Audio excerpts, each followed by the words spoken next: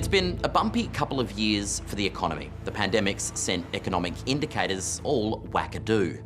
After all, remember 3 years ago when the Treasurer announced that the budget is back in the black and Australia is back on track.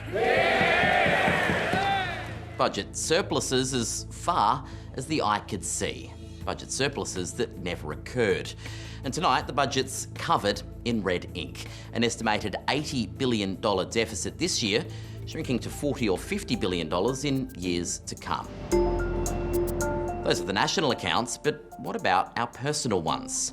Just 3 months ago, the Treasurer upgraded the outlook, saying Australians would finally see an increase in their real wages next year. That is, we'd have a year where wages growth was bigger than inflation. But the vibes shifted. That now looks shaky. Let's start with our take-home pay. Wages growth has been sluggish in Australia for going on a decade.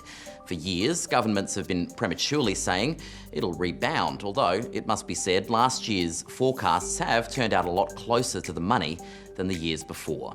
And Treasury has now upgraded its view, suggesting wages growth will reach 3.25% by June next year. But the budget papers also warn there's significant uncertainty around that estimate. That's all dandy, except for the fact that the cost of living is going up right now too. When we talk about cost of living rises, we're often referring to CPI or inflation. And at the moment, that is above 3%, higher than was expected.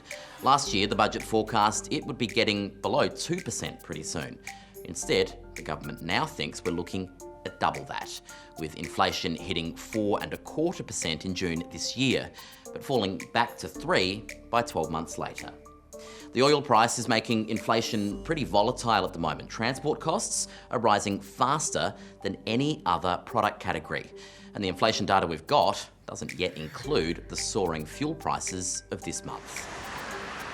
The government thinks halving the fuel excise will constrain that a little, theoretically reducing inflation by 0.25 percentage point. So there's a wages increase beyond inflation for Australian workers penciled in this year's budget.